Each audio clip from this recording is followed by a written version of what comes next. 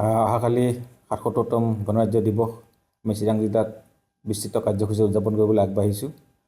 আমাৰ প্ৰায় 15টা কণ্টিজেণ্টে পাৰ্টীয়ে ইতিমধ্যে ফাইনেল প্ৰেক্টিছ কৰিছে আৰু তেওঁলোকে অহাকালি আমাক কুচকাৱাজ প্ৰদৰ্শন কৰিব। ইয়াৰ উপৰিও প্ৰায় 5-6টামান আমাৰ সাংস্কৃতিক দলে অংশগ্ৰহণ কৰিব।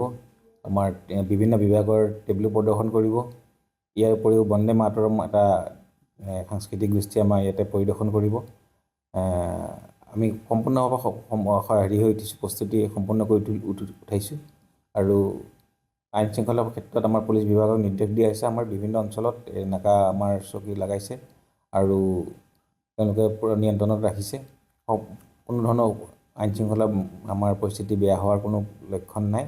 খুব সুন্দৰভাৱে ৰাইজক আমি আহ্বান জনাইছোঁ অহাকালি আমাৰ এই গণৰাজ্য দিৱসত উপস্থিত থাকি সাফল্যমণ্ডিত কৰিবৰ কাৰণে।